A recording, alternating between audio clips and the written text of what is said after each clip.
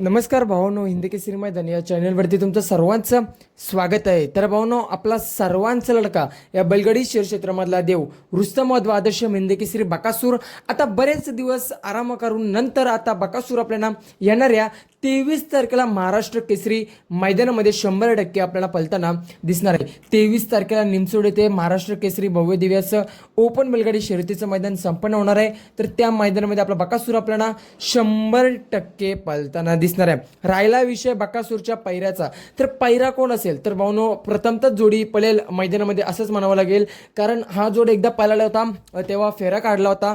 असाच जोड म्हणजेच मिलिंद शेठ पाटील कोसगाव अंबरनाथ यांचा भुंगा आणि आपला सर्वांचा लडका या बैलगाडी शहर क्षेत्रामधला देव रुस्तम आदर्श हिंदी केसरी बकासूर भुंगा आणि बकासूर येणाऱ्या 23 तारखेला मौजे निमसोड महाराष्ट्र केसरी भव्य दिव्याच्या ओपन बैलगाडी शर्यतीच्या मैदानामध्ये आपल्याला 100% पळताना दिसणार आहे. भुंगा देखील आता चांगल्याच फॉर्ममध्ये, कारण जाईल तिथे गुलाल करतोय.